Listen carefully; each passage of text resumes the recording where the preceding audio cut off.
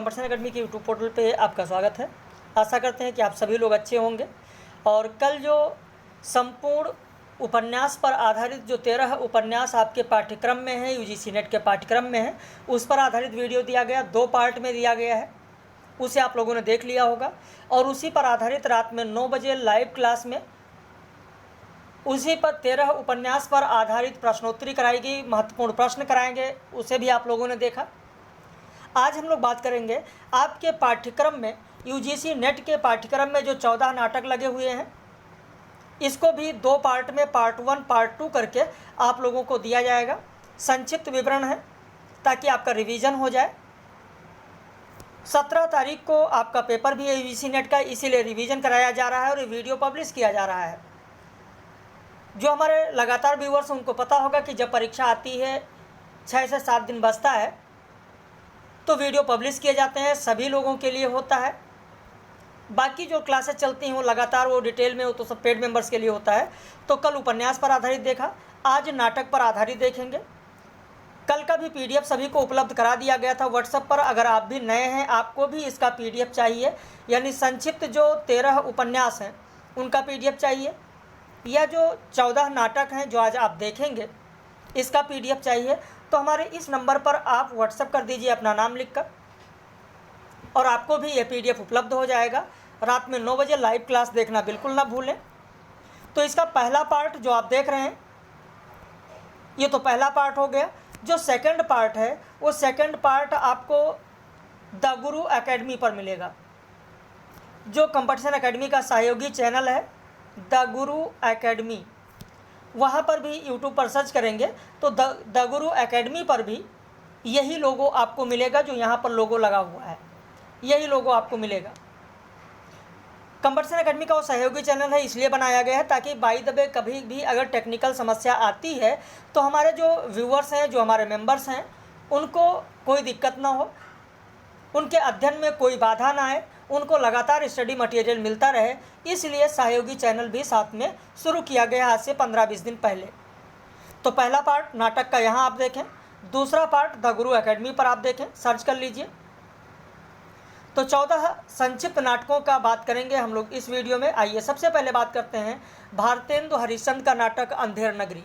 लेकिन भारतेंदु का नाटक पढ़ने से पहले थोड़ा सा भारतेंदु के बारे में जान लेते हैं, थोड़ा सा कुछ नाटक के बारे में जान लेते हैं, और फिर उसके बाद हम लोग आगे बढ़ते हैं। क्योंकि देखिए, जब तक आपको बेस नहीं पता होगा, आपको भूमिका नहीं पता होगा, तब तक आप आगे नहीं बढ़ पाएंगे, चीज़ों को नहीं समझ पाएंगे। हिंदी साहित्य में नाटक का जो विकास हुआ है वो आधुनिक युग में ही हुआ है। वैसे इससे पहले के जो नाटक थे वो या तो नाटकीय काव्य थे, या तो संस्कृत अनुवाद थे, या नाम मात्र के नाटक थे, कह सकते हैं हम। क्योंकि नाट्य कला के सारे तत्व पहले विद्यमान नहीं थे। जैसे नेवाज का आप शकुंतला ले लीजिए, देव का देवमाया प्रपंच ले लीजिए, हृदय राम का हनुमान नाटक देख लीजिए, जयसिंह का प्रबोध चंद्र चंद्रोदय ले लीजिए। तो ये सब नाटकें हैं जिसमें नाटक तत्वों का अभाव था। रीवा नरेश विश्वनाथ सिंह का जो आनंद रघुनंदन नाटक है वो हिंदी का प्रथम मौलिक नाटक माना जाता है, जो 1700 ईस्वी के आसपास लिखा गया, 1700 के आसपास लिखा गया। इसमें ब्रजभाषा का प्रयोग हुआ है तथा रामलीला की पद्धति पर है, इसलिए इसे आधुनिक नाटक नहीं कहा जा सकता है। लेकिन बाद में आप देखेंगे वाजिद अली शाह के दरबार में 1843 में इंदर सभा नाटक का मंचन हुआ। फिर आधुनिक युग में जब हम आते हैं तो हिंदी नाटक का संपर्क अंग्रेजी या अंग्रेजों द्वारा स्थापित हुआ। भाई, अंग्रेज लोग नाट्य कला और मनोरंजन में अधिक रुचि रखते थे। साहित्य में नाटकों की रचना भी अधिक मात्रा में हो चुकी थी। इसके साथ ही इस युग में, आधुनिक युग में, हिंदी गद्य भी स्थिर हो गया और उसमें अभिव्यंजना शक्ति का विकास हो गया। इसलिए हिंदी नाट्य कला को पनपने का समुचित अवसर इस आधुनिक युग में मिला। और आप देखेंगे नेशनल थिएटर की स्थापना हो गई, जन नाटक मंडली की स्थापना हो गई, भारतेंदु नाटक मंडली की स्थापना हो गई, नागरी नाटक मंडली की स्थापना हो गई। नाटकों का अनुवाद होना शुरू हो गया, क्योंकि फोर्ट विलियम कॉलेज में आप देखेंगे विलियम जोन्स ने संस्कृत के अभिज्ञान शकुंतलम का हिंदी में अनुवाद कराया। और फिर 1859 में भारतेंदु हरिश्चंद्र के पिता बाबू गोपाल चंद्र ने नहुस नाटक लिखा। पारसी कंपनियां अपना अपना अभिनय कर रही थी। तो हम लोग जो शुरू करेंगे वो भारतेंदु हरिश्चंद्र से शुरू करेंगे, भारतेंदु युग से शुरू करेंगे, क्योंकि भारतेंदु का युग नाट्य साहित्य का पहला चरण है। भारतेंदु के नाटकों का जो मूल उद्देश्य था वो केवल मनोरंजन नहीं था, मनोरंजन के साथ जन साधारण को जागृत करना और उनमें आत्मविश्वास जगाना था। इसीलिए भारतेंदु जी को आधुनिक हिंदी नाटक का जनक कहा जाता है, क्योंकि भारतेंदु जी को हिंदी नवजागरण का अग्रदूत भी कहा गया। इसलिए कहा गया कि भारतेंदु जी के ही प्रयास से भारत में कई स्थानों पर रंगमंच की स्थापना हुई। भाई रामविलास शर्मा ने तो भारतेंदु के नाटक जो चंद्रावली है, नाम तो सुना होगा आप लोगों ने चंद्रावली का। भारतेंदु का नाटक जो चंद्रावली है, चंद्रावली को भारतेंदु की आत्मा का प्रतिरूप कहा है, भारतेंदु की आत्मा का प्रतिरूप कहा है। और यही वो चंद्रावली है जिसमें भारतेंदु ने अपने पिता को बहुत ही सम्मान के साथ याद किया है। चंद्रावली में कहा है कि जिन श्री गिरधर दास कवि रचे ग्रंथ 40, तासुत श्री हरिश्चंद्र को न नवावै शीस। तो ये कहा है चंद्रावली नाटिका में भारतेंदु जी ने। वैसे भारतेंदु ने 1870 में कविता वर्धिनी सभा की स्थापना की, फिर 3 साल बाद 1873 में पेनी रीडिंग क्लब की स्थापना की। और ये भारतेंदु जी बचपन में ही वल्लभ संप्रदाय में दीक्षित हो गए थे, ये भी ध्यान रखिएगा, वल्लभ संप्रदाय। क्योंकि भाई तब अगर परीक्षा में प्रश्न पूछा जाए कि भारतेंदु किस संप्रदाय में दीक्षित थे, तो वल्लभ संप्रदाय में दीक्षित थे। और इसीलिए देखते हैं कि भारतेंदु धर्म में भी दखल करते हैं। 1873 में जब इन्होंने पेरनी रीडिंग क्लब की स्थापना की, तभी इन्होंने 1873 में ही तदीय समाज की भी स्थापना की थी। भाई नागार्जुन जी ने तो भारतेंदु जी के जन्म शताब्दी पर भारतेंदु नाम से कविता भी लिखा है। और इतना ही नहीं, भारतेंदु जी पर उपन्यास भी लिखा गया है, ये भी आपको पता होगा। भारती का सपूत पता है ना आप लोगों को, भारती का भाई यस या नो में ज़रूर आप लोग अपनी प्रतिक्रिया करें कि जो चीज़ें पूछी जा रही हैं वो आपको पता था या नहीं, या रिवीजन आपका कैसा हो रहा है, यह भी प्रतिक्रिया ज़रूर व्यक्त करें। क्योंकि जिस तरीके से आप लोगों को दिया जा रहा है, एक एक चीज़ें समझाई जा रही ताकि आपका रिवीजन हो जाए और आप अपने लक्ष्य तक पहुंच सकें, इसीलिए 6-7 दिन वीडियो भी पब्लिश किया जाता है। तो रांगे राघव ने भारतेंदु जी पर भारती का सपूत उपन्यास भी लिखा है। तो ये सारी चीज़ें हैं। वैसे भारतेंदु जी ने पहला नाटक किसे माना है, तो भारतेंदु जी ने अपने पिता गोपाल चंद्र द्वारा लिखित नहुस नाटक को पहला नाटक माना। नहुस नाटक को कहीं लिखना चाहे तो लिख लें, ये भूमिका है, थोड़ी सी भूमिका जरूर हो जाए ताकि आपको चीज़ें याद हो जाए, रिवाइज हो जाए, दिमाग में आ जाए कि हाँ नाटक पढ़ रहे हैं। भारतेंदु ने पहला नाटक अपने पिता के नाटक नहुस को पहला नाटक माना। राजा लक्ष्मण सिंह के शकुंतला नाटक को दूसरा नाटक माना। और अपने नाटक विद्यासुंदर को भारतेंदु ने तीसरा नाटक माना। श्रीनिवास दास के नाटक तत्व संवरण को हिंदी साहित्य का चौथा मौलिक नाटक माना। तो पहला, दूसरा, तीसरा, चौथा किसे माना है वो मुझे लग रहा है आपको पता हो गया हो। पहला नाटक नहुस को माना, दूसरा शकुंतला को माना, तीसरा विद्यासुंदर को माना और चौथा तत्व संवरण को माना। जबकि खड़ी बोली का पहला नाटक कौन सा है, खड़ी बोली का वह पहला नाटक या वह पहला अभिनीत नाटक कौन सा है जिसमें भारतेंदु जी ने लक्ष्मण की भूमिका निभाई थी, तो वो है शीतला प्रसाद का नाटक जानकी मंगल। शीतला प्रसाद का नाटक जानकी मंगल है। तो बाकी जब विस्तृत में मैंने पढ़ाया है तो बहुत सारी चीज़ें आप लोगों को बताया ही है। अब तो समय कम है इसलिए बहुत ज़्यादा विस्तृत में नहीं चल पाएंगे हम लोग, क्योंकि 14 नाटकों की बात करना है। तो यहाँ पर अंधेर नगरी नाटक की बात कर रहे हैं। अंधेर नगरी नाटक जिसका प्रकाशन 1881 में हुआ, अंक 6 हैं और शैली प्रहसन है। अंक को यहाँ पर आप दृश्य कर लीजिए, अंक को आप लोग दृश्य कर लीजिए। अंधेर नगरी चौपट राजा, टके सिर भाजी टके सिर खाजा, है ना। प्रथम अंक या प्रथम दृश्य का स्थान है वाह्य प्रांत, दूसरा है बाजार, तीसरा है जंगल, चौथा है राज्यसभा, पांचवा है अरण्य और छठा है शमशान। इसमें पात्र की बात करें तो महंत हैं, गोवर्धन दास हैं, नारायण दास हैं, घासी राम है, राजा है, मंत्री हैं, भिस्ती हैं, कल्लू है, कसाई है, गड़रिया है, सिपाही हैं, ये सब इसमें पात्र हैं। तो इस नाटक का तत्कालीन समय में सत्ता की विसंगतियों, मूर्खता और उससे उपजी जो परिस्थितियां हैं, उससे उपजी परिस्थितियों का व्यंग्यात्मक रूप से चित्रण किया गया है। किस तरीके से? तो व्यंग्यात्मक रूप से चित्रण किया गया है, व्यंग्यात्मक रूप से चित्रण किया गया है। इसमें संवाद में, इसके संवाद में तुकांतता है, जो कि पारसी थिएटर का प्रभाव है। अब अगर पूछा जाए कि अंधेर नगरी नाटक में पारसी थिएटर का प्रभाव है या नहीं, तो आपका उत्तर हो जाएगा है। या पारसी थिएटर का प्रभाव किन चीज़ों से माना जाता है? तो सब संवाद में तुकांतता से माना जाता है। यह प्रहसन भारतेंदु ने बनारस नेशनल थिएटर के लिए एक दिन में लिखा था, जो काशी के दशाश्वमेध घाट पर उसी दिन खेला गया था। ऐसा माना जाता है कि बिहार के किसी अन्यायी जमींदार को सुधारने के लिए भारतेंदु ने यह प्रहसन लिखा था। पहला अंक वाह्य प्रांत है, जिसमें आप देखेंगे महंत जी गाते हुए आते हैं, राम भजो राम भजो राम भजो भाई।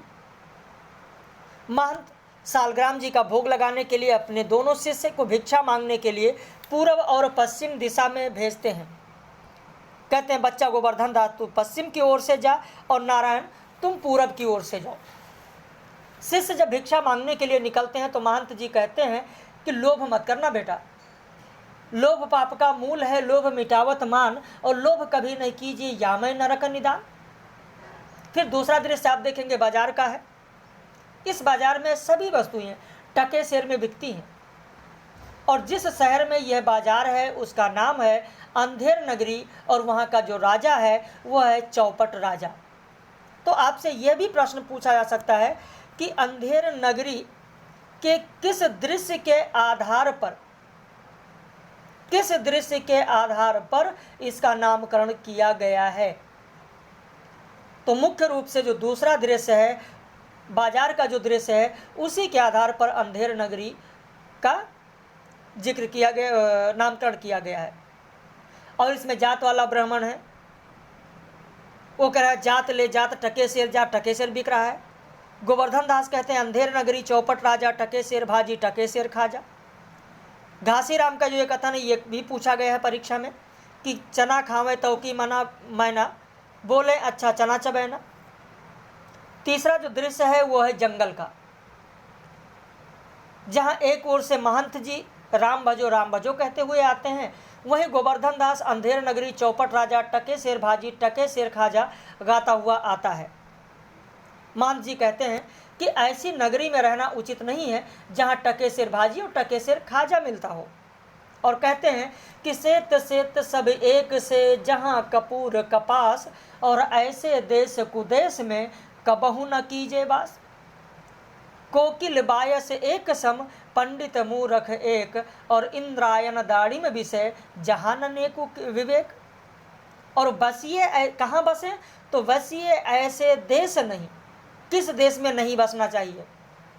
बसिए ऐसे देश नहीं, कनक वृष्टि जो हो, चाहे सोने की बारिश हो रही हो, लेकिन ऐसे देश में नहीं बसना चाहिए।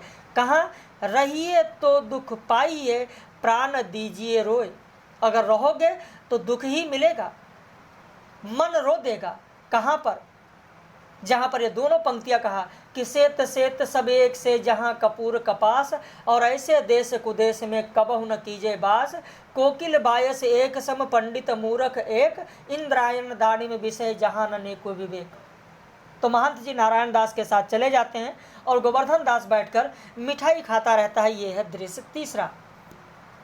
चौथा है राज्यसभा का दृश्य, जहाँ मूर्ख राजा, उसके मंत्री और राजा की गलत नीतियाँ, मूर्खतापूर्ण बातें, इनकी बात की गई है। चौथे दृश्य में जहाँ राजा कहता चुप रहो, तुम्हारा न्याय यहाँ ऐसा होगा कि जैसा जम के यहाँ भी न होगा। पांचवा दृश्य अरण्य का, जहाँ गोवर्धन दास गाते हुए आते हैं, अंधेर नगरी अनबूझ राजा, टके शेर भाजी टके शेर खाजा।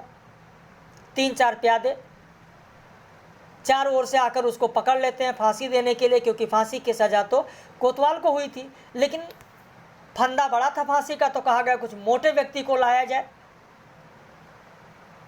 तो मोटे व्यक्ति की ज़रूरत थी, तो इनको पकड़ लिया जाता है। यहीं पर गोवर्धन दास कहता है कि वेश्या जोरू एक समाना, बकरी गऊ एक करी जाना, अंधा धुंध मचो सब देशा, मानो राजा रहत विदेशा। जो छठा दृश्य है वो है शमशान का, जहाँ गोवर्धन दास को 4 प्यादे पकड़कर पहुँचते हैं। गोवर्धन दास रोता है, छुड़ाने का प्रयास करता है, तब तक गुरुजी आ जाते हैं, महंत आ जाते हैं। गुरुजी से कहता है, गुरुजी दीवार के नीचे बकरी दब गई, सो इसके लिए मुझे फांसी देते हैं, गुरुजी बचाओ। अंत में राजा फांसी पर, दोनों में जो वार्तालाप होती है उसको सुनकर अंत में राजा फांसी पर खुद चढ़ने को तैयार हो जाता है। और महंत जी कहते हैं, जहाँ न धर्म न बुद्ध नहीं, नीत न सुजन समाज, ते ऐसे हैं आपहु न से, जैसे हैं चौपट राज। तो ये संक्षेप में मैंने आपको बताया, लेकिन बहुत सारी चीज़ें आपके समझ में आ गई होंगी, और आशा करते हैं कि परीक्षा में भी अगर कॉन्सेप्ट आपका क्लियर होगा तो यहाँ से चीज़ें समझ के आप परीक्षा में प्रश्न कर सकते हैं। भारत दुर्दशा नाटक, जो कि लिखा गया था 1875 में, लेकिन प्रकाशन हुआ 1880 में। फिर भी कई पुस्तकों में आपको 1875 ही मिलेगा, जबकि लेखन है 1875 में। नाट्य रासक है, यह प्रतीकात्मक शैली में है। इसमें भारत के प्राचीन गौरव और वर्तमान की दुर्दशा का यथार्थ चित्रण किया गया है। इसमें भी 6 अंक हैं। इसमें मनोभावों का मानवीकरण किया गया है। इसमें पात्र भारत दुर्दैव है, भारत भाग्य है, सत्यानाश है, रोग है, आलस है, मदिरा है, अंधकार है, निर्लजता है, डिसलॉयल्टी है। जो पहला अंक है उसका स्थान है वीथी, स्थान वीथी है, जहाँ पर एक योगी लावनी गाता है कि रोवहूँ सब मिलकर आवहूँ भारत बाई, हा हा भारत दुर्दशा न देखी जाई। ये पहले अंक में है।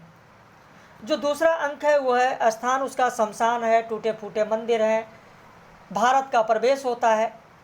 कहता है भारत, हाँ यही वही भूमि है जहाँ साक्षात भगवान श्री कृष्ण चंद्र के दूतत्व करने पर भी वीरोत्तम दुर्योधन ने कहा था कि को नहीं पकड़त मेरो हाथ, 20 कोटि सुत होत फिरत मैं हा हा होत अनाथ। आशा और निर्लज्जता मूर्छित भारत को उठाकर यहाँ से लेकर चले जाते हैं। और इसी अंक में आप देखेंगे कि भारत क्रंदन करता है कि जिस देश के लोग अपनी मातृभूमि सूच्यग्रम न दास्याम विना युद्धेन केशवः द्वारा सुरक्षा प्रदान करते थे और आत्मसमर्पण करते थे, वहीं के लोगों की आज क्या दशा हो गई है। निर्लज्जता का प्रवेश होता है। कहती है कि मेरे आछत तुमको अपने प्राण की फिक्र, छी छी, जियोगे तो भीख मांग खाओगे, प्राण देना तो कायरों का काम है। क्या हुआ, जो धनमान सब गया, एक जिंदगी 1000 नियमत है।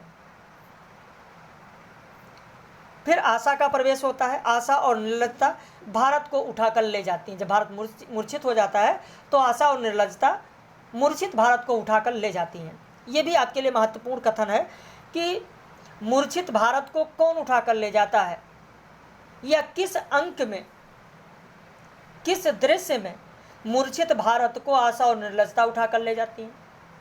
तो ये चीज़ ध्यान रखना है। इसी तरीके के प्रश्न परीक्षा में पूछे जा सकते हैं, इतनी ही गहराई से प्रश्न पूछे जाते हैं। तीसरा स्थान मैदान है, जहाँ फौज के डेरे दिखाई पड़ते हैं। भारत दुर्दैव आता है और कहता है, कहाँ गया भारत मूर्ख, जिसको अभी भी परमेश्वर और राजराजेश्वरी का भरोसा है। देखो तो अभी इसकी क्या क्या दुर्दशा होती है, नाचता है, गाता है, अंग्रेजी राज के उन दोषों की प्रशंसा शैली में वर्णन करता है।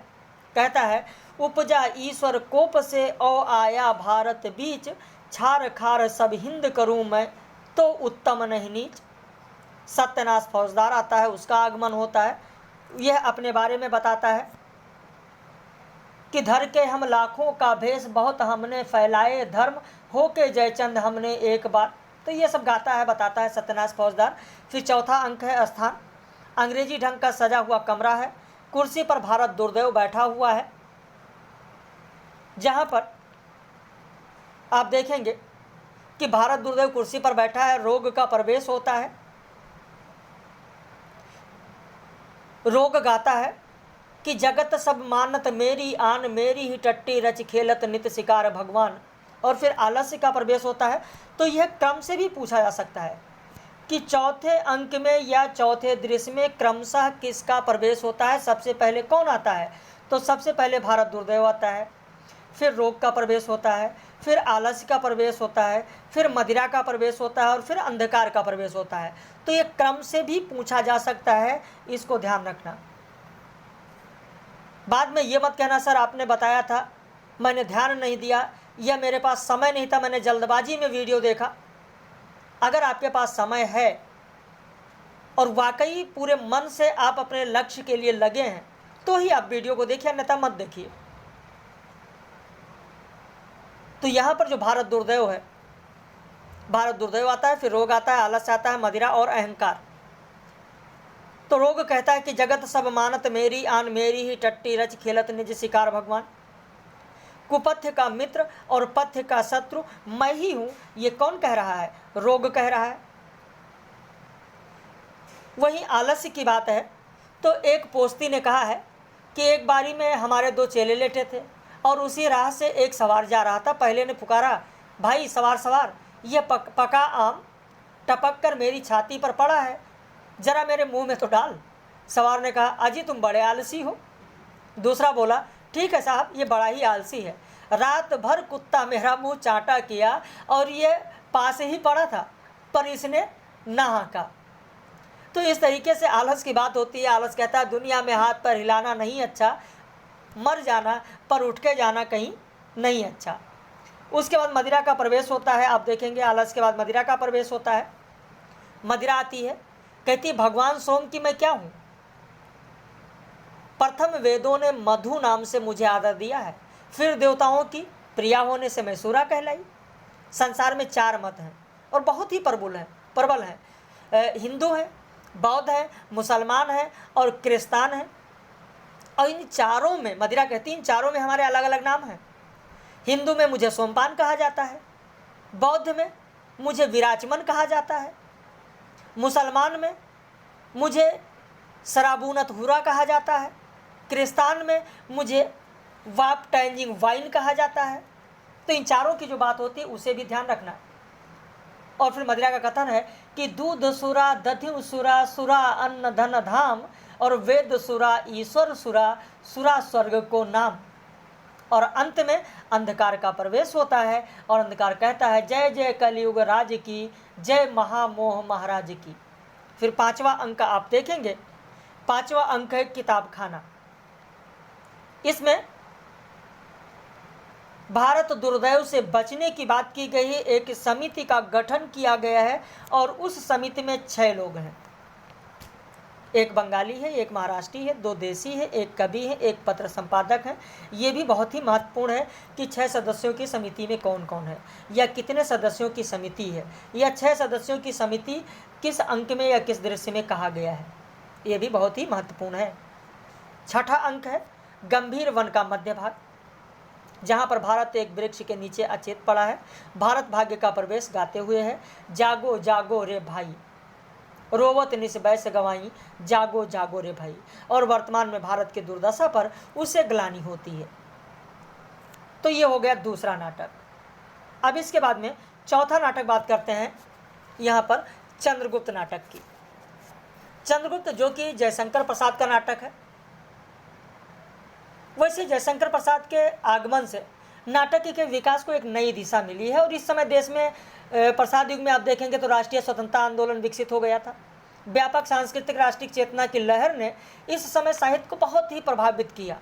इसीलिए आप देखेंगे कि भारत के अतीत की खोज और वर्तमान की समस्याओं दुर्बलताओं से लड़ने का साहस जयशंकर प्रसाद के नाटकों में मिलेगा।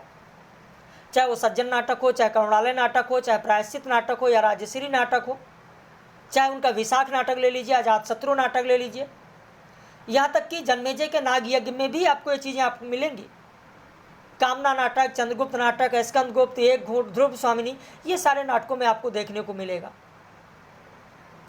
करुणालय जो नाटक है वो तो वैदिक कालीन नाटक है, वैदिक कालीन विषय वस्तु पर आधारित है। सज्जन नाटक महाभारत काल पर आधारित है। जन्मेजय का नाग यज्ञ उपनिषद कालीन नाटक विषय वस्तु पर आधारित है। अजातशत्रु नाटक बौद्ध कालीन विषय वस्तु पर आधारित है। वहीं विशाख नाटक जो जयशंकर प्रसाद का है उसमें बौद्धों का पतन काल वर्णित है। जो चंद्रगुप्त नाटक है जिसकी बात हम लोग यहाँ पर करेंगे, इस चंद्रगुप्त नाटक में अगर हम विषय वस्तु देखें, यहाँ पर 3 युद्धों की बात की गई। 1931 में प्रकाशन हुआ है, कुल 4 अंक हैं। इतिहास की 3 घटनाओं, अलछेंद्र का आक्रमण, नंदकुल की पराजय, सेल्यूकस का पराभव।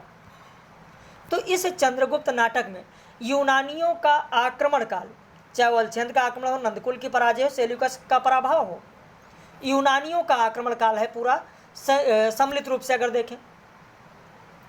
और जब आगे अभी हम स्कंदगुप्त नाटक पढ़ेंगे तो उसमें हूणों का आक्रमण दिखाया गया। प्रायश्चित नाटक में जयचंद काल का ऐतिहासिक चित्रण किया गया। तो ये सब नाटक है, मैंने इसलिए बताया है ताकि आपका रिवाइज हो जाए, चीज़ें ध्यान में आ जाए। करुणालय जो नाटक है वो हिंदी का पहला गीत नाट्य माना जाता है, आप लोगों को पता ही होगा। जयशंकर प्रसाद का जो विशाख नाटक है, विशाख, ये भी आप लोगों को पता होगा। जहाँ तक विशाख नाटक का आधार कई बार पूछा गया। कल्हड़ की राजतरंगिणी जो है वो विशाख नाटक का आधार है। और इसी विशाख नाटक को खुद जयशंकर प्रसाद ने कहा कि यह हमारा पहला ऐतिहासिक रूपक है। जबकि जयशंकर प्रसाद का सबसे प्रौढ़ नाटक जो है वो स्कंदगुप्त माना जाता है। स्कंदगुप्त जिसकी बात अभी हम लोग करेंगे, पाठ्यक्रम में है, वह स्कंदगुप्त नाटक जयशंकर प्रसाद का सबसे प्रौढ़ नाटक है। ध्रुव स्वामिनी भी है जिसकी बात अभी हम लोग करेंगे, वो जयशंकर प्रसाद की अंतिम रचना है, अंतिम नाटक है। तो चलिए एक एक की बात यहाँ पर, एक एक की बात हम लोग कर लेते हैं। एक एक के बारे में पूरा यहाँ पर विस्तृत लेकर हम लोग चलेंगे। तो सबसे पहले बात करते हैं चंद्रगुप्त नाटक की। चंद्रगुप्त नाटक में 3 प्रमुख घटनाओं की बात की गई है। 3 प्रमुख घटनाओं की बात की गई है। वो 3 प्रमुख घटनाएं कौन कौन सी हैं चंद्रगुप्त नाटक में, उस पर आप ध्यान दीजिए। तो यहाँ पर चंद्रगुप्त नाटक में 3 घटनाएं, अलछेंद्र का आक्रमण, नंदकुल की पराजय, सेल्यूकस का पराभव। इसमें पात्र देखते हैं चाणक्य जो कि मौर्य साम्राज्य का निर्माता है, चंद्रगुप्त मौर्य सम्राट है, नंद मगध सम्राट है, ये भी ध्यान रखना है क्योंकि ये मिलाने के लिए प्रश्न पूछा जा सकता है। वरुचि मगध का अमात्य है, सक्टार मगध का मंत्री है, आम्भिक तक्षशिला का कुमार है, सिंहरण मालव का कुमार है, पर्वतेश्वर पोरस यानी पंजाब का राजा है, फिलिप्स सिकंदर का क्षत्रप है, मौर्य सेनापति चंद्रगुप्त के पिता हैं, दंडायन एक तपस्वी है, सेल्यूकस सिकंदर का सेनापति है, देवल, नागदत्त, मेगास्थनीज ये भी इसमें पात्र हैं। महिला पात्रों में अगर बात करें तो अलका तक्षशिला की राजकुमारी है, सुहासिनी सक्टार की कन्या है, कल्याणी मगध राजकुमारी है, नीला और लीला कल्याणी की सहेलियां हैं, मालविका सिंधु देश की राजकुमारी हैं। कार्नेलिया की अगर बात करें तो कार्नेलिया सेल्यूकस की कन्या है, मौर्य पत्नी चंद्रगुप्त की माता है। कार्नेलिया की सहेली का नाम क्या है तो एलिस है, एलिस है। अब इसके बाद में यहाँ पर अगर हम पहले अंक की बात करें तो इसमें कुल दृश्यों की संख्या कितनी है ये भी मिलाने के लिए पूछा जा सकता है। कुल दृश्यों की संख्या 11 है। कुल गीत इसमें 2 हैं, लेकिन वह गीत कौन कौन से हैं और किसके हैं? सुहासिनी का गीत है और राक्षस का गीत है। सुहासिनी का गीत है तुम कनक किरण के अंतराल में, ये जो गीत है ये किसका है? यह है सुहासिनी का गीत है। जो पहला अंक है पहले अंक में ये सुहासिनी का गीत है, ध्यान रखिएगा। और सुहासिनी का जो गीत है ये आप देखेंगे दूसरे दृश्य में, कुल दृश्यों की संख्या 11 है और दूसरे दृश्य में यह गीत है। दूसरा दृश्य है मगध सम्राट का विशाल कानन, विलासी युवक और युवतियों का विहार, और वहीं पर सुहासिनी का गीत है कि तुम कनक किरण के अंतराल में लुक छिप कर रहते हो क्यों। और इसके बाद में इसी में राक्षस का गीत है, निकल मत बाहर दुर्बल आह। और इसी में नंद जो है वो वसंतोत्सव की रानी सुहासिनी की आज्ञा से यह राक्षस गाना गाता है। किसकी आज्ञा से? तो सुहासिनी की आज्ञा से राक्षस ये गीत गाता है, मात्र राक्षस। सुहासिनी को बसंत उत्सव की रानी कहा गया है। हो सकता है आपको ना पता हो, वसंत उत्सव की रानी कहा गया है। किसको? सुहासिनी को।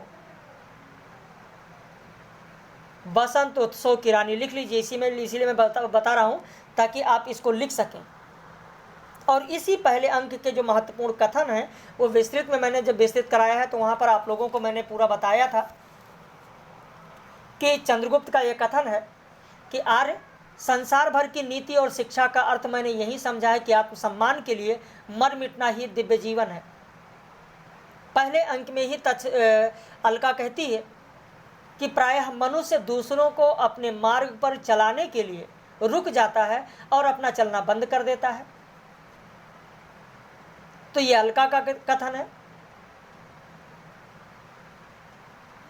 इसी के अलावा इसी में पहले ही अंक में आप देखेंगे सुहासिनी का भी कथन है कि वेश्याओं के लिए भी एक धर्म की आवश्यकता थी।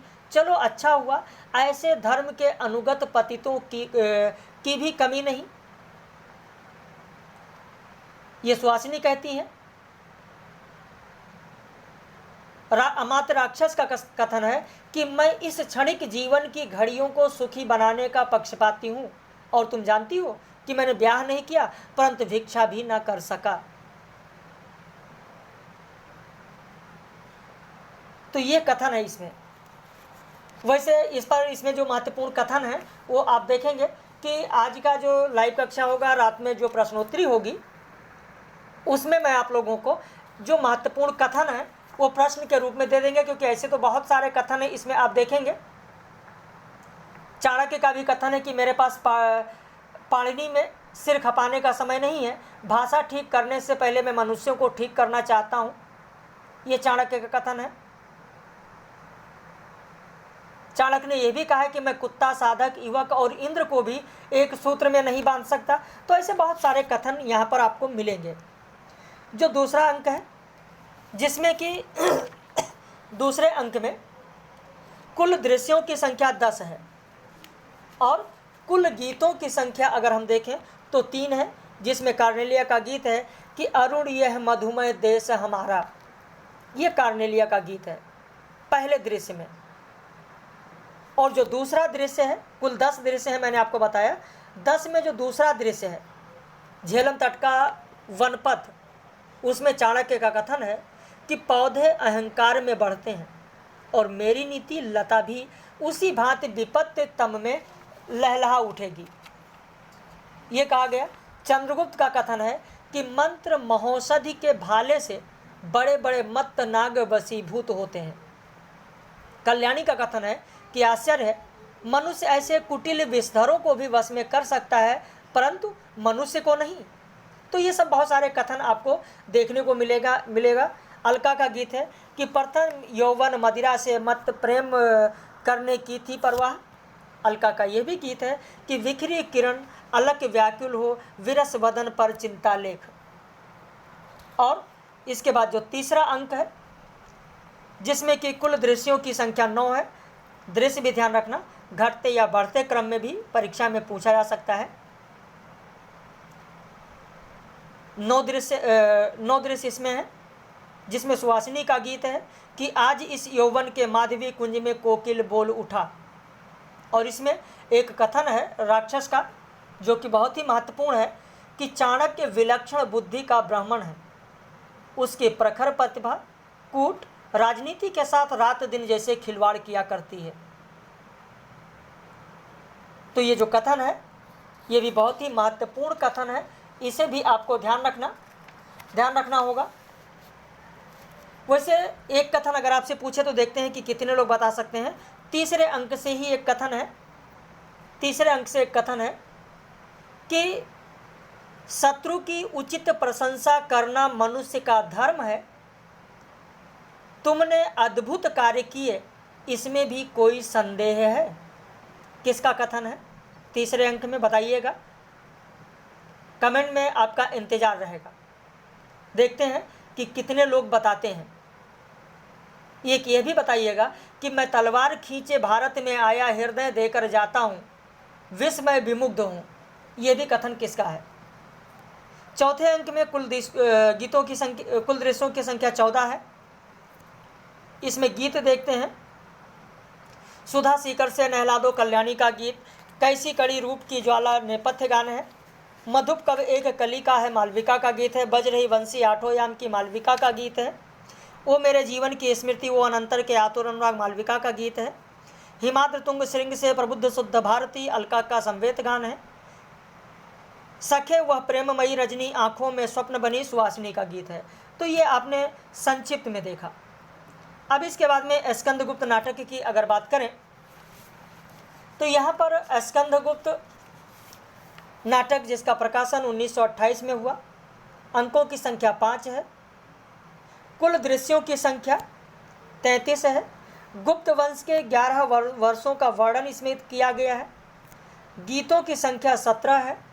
इसमें घटनाएं आप देखेंगे तो स्कंदगुप्त का शासनकाल है और सामाजिक धार्मिक परिस्थितियों का वर्णन है। वैसे इस नाटक का उद्देश्य जो जयशंकर प्रसाद ने स्कंदगुप्त लिखा, जो गुप्त वंश के 11 वर्षों का वर्णन किया, इस नाटक का जो उद्देश्य है, इसका उद्देश्य है देशभक्ति को मुखरित करना। इस नाटक में देशभक्ति का जो स्वर है वो अधिक मुखरित हुआ है। विश्व प्रेम, मानवता, लोक कल्याण, सहिष्णुता, क्षमाशीलता का प्रचार भी इस स्कंदगुप्त नाटक के माध्यम से किया गया है। यानी नाटक का जो मूल उद्देश्य है वो है राष्ट्रीयता की भावना का प्रचार करना, क्योंकि स्कंदगुप्त के समय की समस्याओं को इस नाटक में वर्तमान काल की समस्याओं के परिप्रेक्ष्य में वर्णन किया गया है। इसमें आप देखेंगे तो देवसेना के 5 गीत हैं, विजया के 2 गीत हैं, नर्तकियों का 2 गीत है, नेपथ्य गान 2 है, देवसेना की सखी का 1 गीत है, मातृगुप्त और मुदगल का संवेद गान 1 है, मातृगुप्त का अकेला 2 गीत है, समूह गान 1 है, स्कंदगुप्त का 1 गान है। इसके मुख्य रूप से 3 प्रकार के पात्र हैं। देवपात्र, जिसमें स्कंदगुप्त, देवसेना, पर्णगुप्त और बंधु वर्मा है। दानव पात्र में भट्टारक, प्रपंच बुद्धि, अनंत देवी और विजया है। मानव पात्र में सर्वनाग, जयमाला है।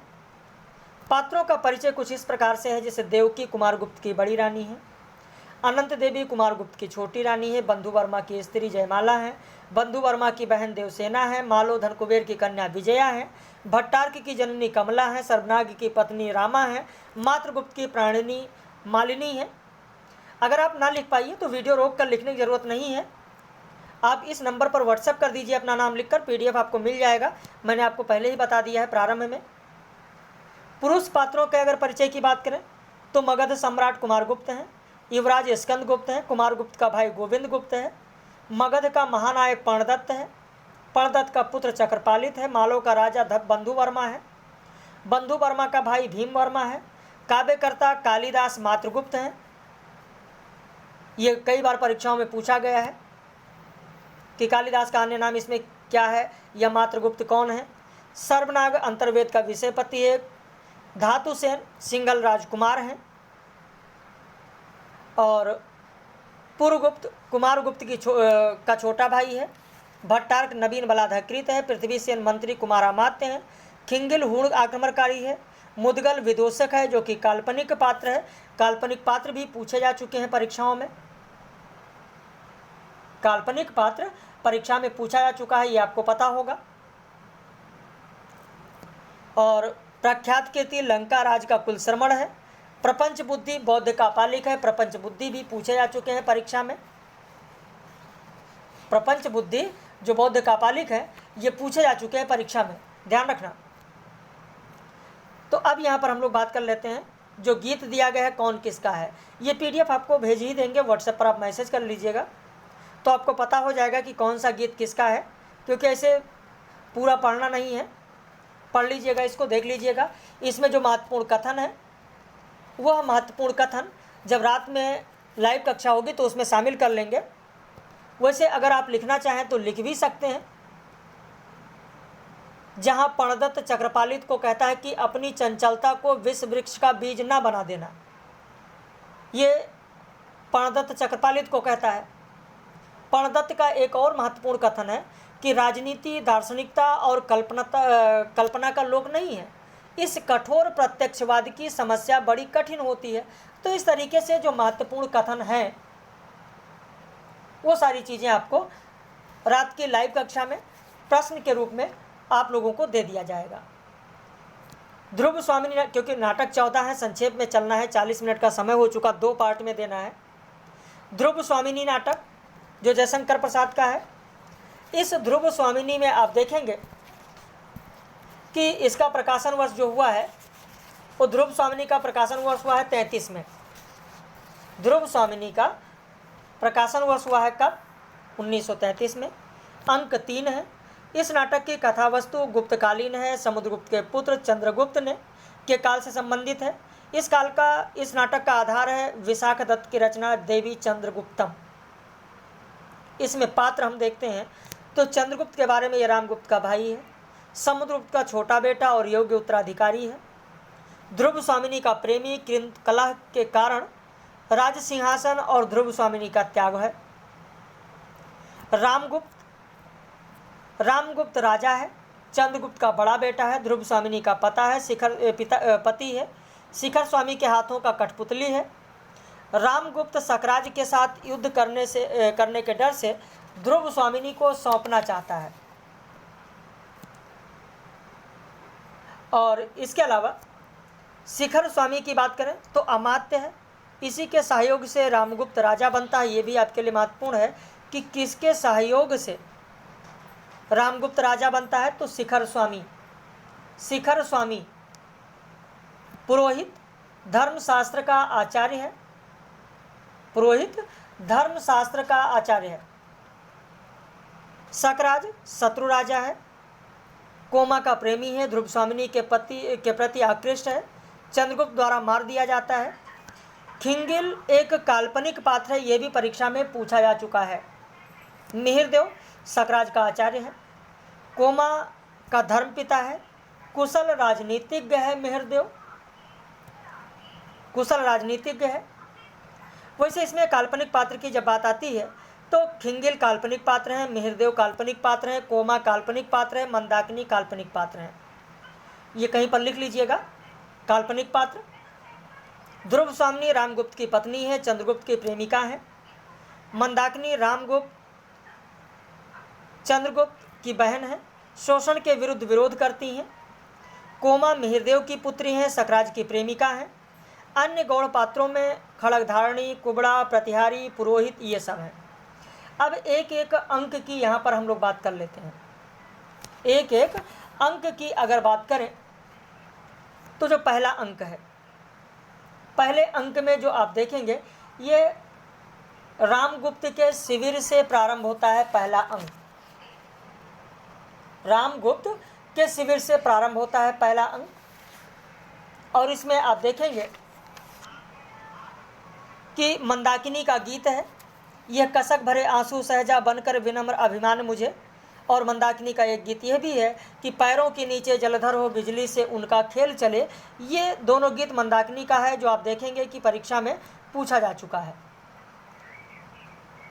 क्योंकि मंदाकिनी इसमें जो है पहले अंक में वो कहती है कि भयानक समस्या है, मूर्खों ने स्वार्थ के लिए साम्राज्य के गौरव का सर्वनाश करने का निश्चय कर लिया। सच है, वीरता जब भागती है तब उसके पैरों से राजनीतिक छलछंद की धूल उड़ती है। मुझे हृदय कठोर करके अपना कर्तव्य करने के लिए यहाँ रुकना होगा, न्याय का दुर्बल पक्ष ग्रहण करना होगा। और तभी वो गाती है कि यह कसक भरे आंसू सह जा। और इसके बाद जो दूसरी गीत है, ये कब गाती जानते हैं? ध्रुव स्वामिनी चंद्रगुप्त और सामंतों के साथ सकराज के पास जब जाते हैं, तब यह गीत है कि पैरों के नीचे जलधर हो बिजली से उनका खेल चले, संकीर्ण कगारों के नीचे सत झरने बेमेल चले।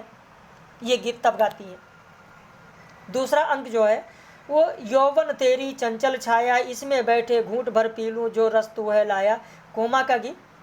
और नर्तकियों का गीत है कि अस्ताचल पर युति संध्या की खुली अलग घुंघराली है। ये नर्तकियों का गीत है, ये नर्तकियों का गीत है। तो कोमा जो ये गीत गाती है, यौवन तेरी चंचल छाया, इसमें आंगन के फूलों की क्यारियों को देखती है और प्रेम के बारे में सोचती है, तब यह गीत वो गाती है। और दूसरा ये नर्तकियों का गीत है। जो तीसरा अंक है, जिसमें चंद्रगुप्त का कथन है कि विधान की स्याही का एक बिंदु गिरकर भाग्य लिपि पर कालिमा चढ़ा देता है। मंदाकिनी का कथन है कि भगवान ने स्त्रियों को उत्पन्न करके ही अधिकारों से वंचित ही नहीं किया है, बल्कि तुम लोगों की दस्युवृत्ति ने उन्हें लूटा है। ध्रुवसामिनी कहती हैं कि मैं केवल यही कहना चाहती हूं कि पुरुषों ने स्त्रियों को अपनी पशु संपत्ति समझकर उन पर अत्याचार किया है, उन पर अत्याचार किया है। या अत्याचार करने का जो अभ्यास बना लिया है, वह मेरे साथ नहीं चल सकता। आचार्य मिहिरदेव सकराज को चताते हुए कहते हैं कि स्त्री का सम्मान नष्ट करके तुम जो अपराध करोगे उसका फल क्या अच्छा होगा, लेकिन विनाश काल है विपरीत बुद्धि। तो इस नाटक में कोमा के द्वारा प्रेम को परिभाषित किया गया है। कोमा ध्रुव स्वामिनी से कहती हैं कि रानी, तुम भी स्त्री हो, क्या स्त्री की व्यथा नहीं समझोगी? आज तुम्हारी विजय का अंधकार तुम्हारे शाश्वत स्त्रीत्व को ढक ले, किंतु सबके जीवन में एक बार प्रेम की दीपावली जलती है, जली होगी अवश्य। तुम्हारे भी जीवन में वह आलोक का महोत्सव जरूर आया होगा, जिसमें हृदय हृदय को पहचानने का प्रयत्न करता है, उदार बनता है, सर्वस्व दान करने का उत्साह रखता है। मुझे सकराज का शव चाहिए। कोमा सकराज के प्रेम को पहले तो ठुकरा देती है, लेकिन बाद में प्रेम करती है। पहले ठुकरा देती है, क्या कहती है जानते हैं? कहती है, प्रेम का नाम न लो, वह एक पीड़ा थी जो छूट गई, उसकी कसक भी धीरे धीरे दूर हो जाएगी। राजा, मैं तुम्हें प्यार नहीं करती, मैं तो दर्प में दीप्त तुम्हारी महत्वमयी पुरुष मूर्ति की पुजारिन थी, जिसमें पृथ्वी पर अपने पैरों से खड़े रहने की दृढ़ता थी। इस स्वार्थ मलिन कलुष से भरी मूर्ति से मेरा परिचय नहीं है। मंदाकिनी कहती हैं कि जिन स्त्रियों को धर्म बंधन में बांधकर उनकी संपत्ति के बिना उनका अधिकार छीन लेते हैं, तब क्या धर्म के पास कोई प्रतिकार, कोई संरक्षण नहीं छोड़ते, जिससे वह स्त्रियां अपनी आपत्ति में अवलंब मांग सकें? तो ये सब कथन आपने देखा। अब इसके बाद में इसी पार्ट में अंधा युग की भी बात कर लेंगे। 7 नाटक इसमें बात करेंगे और 7 की बात करेंगे दूसरे में। इसका प्रकाशन वर्ष है 1954। 1954। कुल अंकों की संख्या आप देखेंगे तो कुल अंकों की संख्या 5 है। कुल अंकों की संख्या 5 है। इस काव्य नाटक को महाभारत कालीन युद्ध की पृष्ठभूमि में लिखा गया है। इस गीत नाट्य का लक्ष्य मानव मूल की प्रतिस्थापना से मानव के भविष्य को सुरक्षित बचाने की घोषणा है। यह गीत नाट्य महाभारत के 8वें दिन की संध्या से प्रभास तीर्थ में कृष्ण के देहावसान के क्षणों तक की कथा लिया गया। धर्मवीर भारती ने कहा कि यह कथा ज्योति की है अंधों के माध्यम से, ज्योति अंधों के माध्यम से। इस कथा को चुनने का मूल प्रयोजन क्या था जानते हैं? मूल प्रयोजन था युद्धजन्य वर्तमान कालीनता को प्रासंगिकता देना। और इस काव्य नाटक में बहिर्द्वंद के समाप्त होने पर अंतर्द्वंद की विकराल ज्वाला जग कर सभी को भस्मीभूत कर लेने के लिए उतावली हो उठती है। तभी तो धर्मवीर भारती ने कहा कि यह कथा ज्योति की है अंधों के माध्यम से। तो इस गीत नाट्य का लक्ष्य मानव मूल्य के प्रतिस्थापना से मानव के भविष्य को सुरक्षित बनाने की घोषणा है। जो 18वें दिन के, मैंने बताया कि 18वें दिन की संध्या से जो शुरू होता है, ये 18वें दिन की रात की प्रमुख घटना कौन सी है जानते हैं? 18वें दिन की रात की प्रमुख घटना है द्रौपदी के पुत्रों की हत्या। द्रौपदी के पुत्रों की हत्या।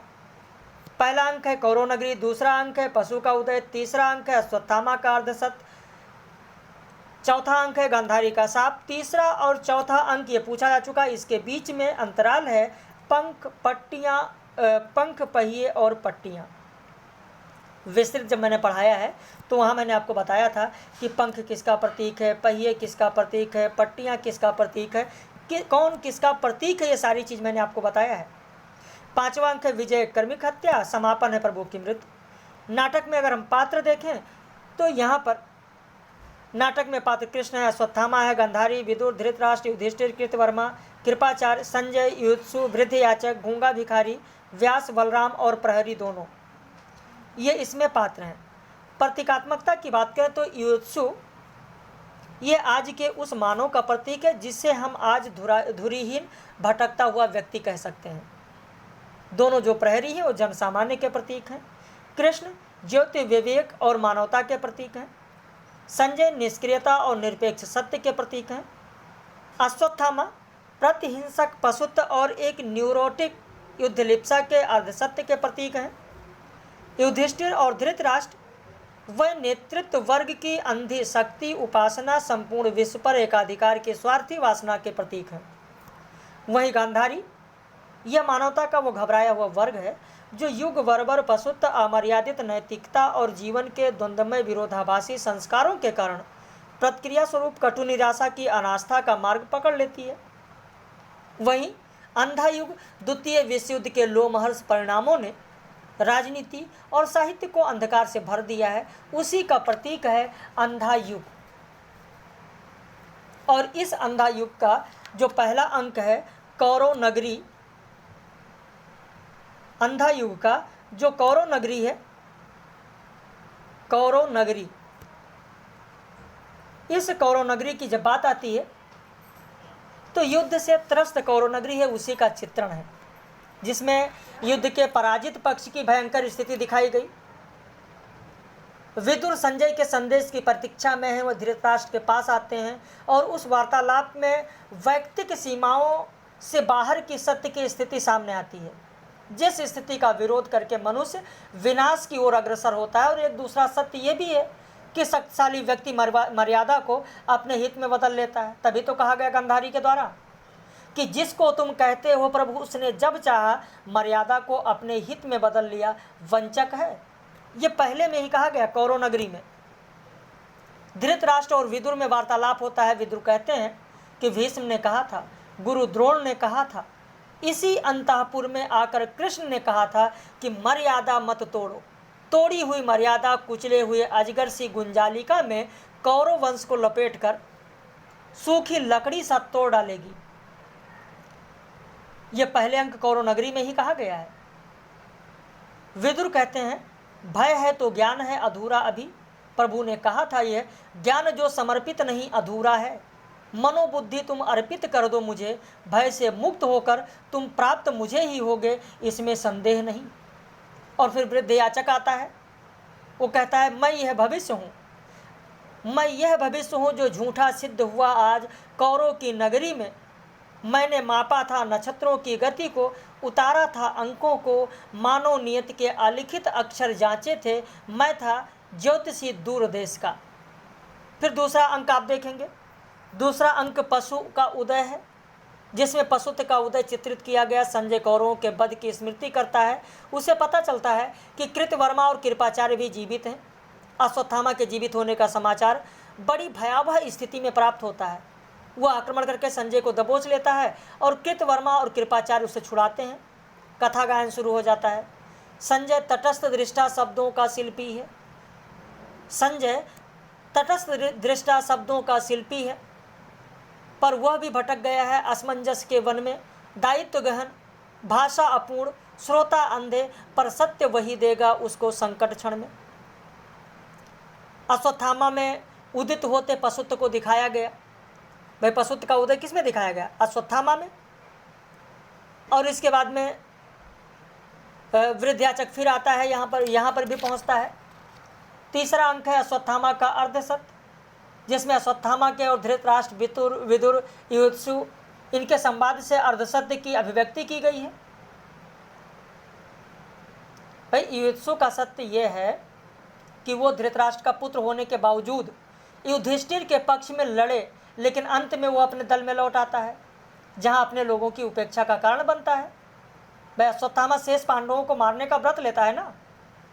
इसी में तो कथा गायन है कि संजय का रथ जब नगर द्वार पहुंचा तब रात ढल रही थी, हारी कौरव सेना कब लौटेगी बातें चल रही थी। और फिर चौथा अंक गांधारी का साप है। पांचवा अंक विजय कर्मिक आत्महत्या है। तो ये बहुत सारी चीज़ें, इसमें जो भी चीज़ें हैं, अब संक्षेप में कितना बताया जा सकता है आप खुद सोच सकते हैं।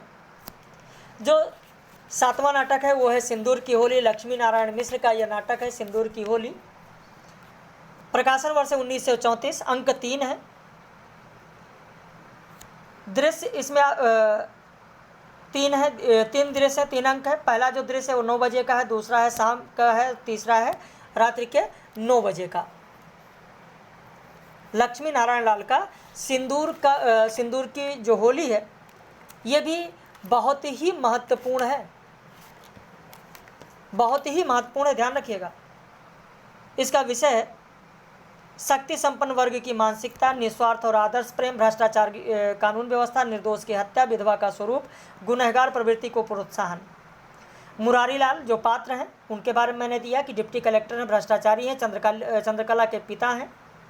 चंद्रकला रजनीकांत की प्रेमिका है, उन्मुक्त प्रेम की पक्षधर है। रजनीकांत भगवंत सिंह का भतीजा है। माहिर अली मुरारीलाल का मुंशी है। भगवंत सिंह मुरारीलाल का मित्र है। हरनंदन भगवंत सिंह का मित्र है। मनोज शंकर मुरारीलाल के घर रहने वाला व्यक्ति जिसके पिता की हत्या मुरारीलाल ने की है। मनोरमा एक विधवा जिससे मुरारीलाल प्रेम करता है। इस नाटक में मनोरमा और चंद्रकला एक दूसरे के विरोधी हैं। मनोरमा ने वैवध्य का समर्थन किया है तो चंद्रकला रोमांटिक प्रेम का। इसमें मनोरमा का जो कथन है वो आप देख सकते हैं, बहुत ही महत्वपूर्ण कथन है। ये PDF भेज देंगे और इस कथन को आप लोग पढ़ लीजिएगा जो मनोरमा का कथन दिया गया है। फिर चंद्रकला का जो कथन, क्योंकि मनोरमा और चंद्रकला के ही कथन पूछे जाते हैं, तो आप व्हाट्सएप पे मैसेज कीजिएगा, ये आपको भेज देंगे। बाकी दूसरा जो पार्ट मिलेगा वो आधे अधूरे नाटक से मिलेगा मोहन राकेश का, जो कि दूसरा पार्ट आपको मिलेगा द गुरु एकेडमी पर। ध्यान रखिए, अगर आप दूसरा पार्ट देखना चाहते हैं तो हमारे YouTube चैनल जाकर सब्सक्राइब कर लीजिए, सर्च कर लीजिए YouTube पर द गुरु एकेडमी, वहाँ पर आपको मिलेगा दूसरा पार्ट इसका। और रात में 9 बजे जो लाइव क्लास होगी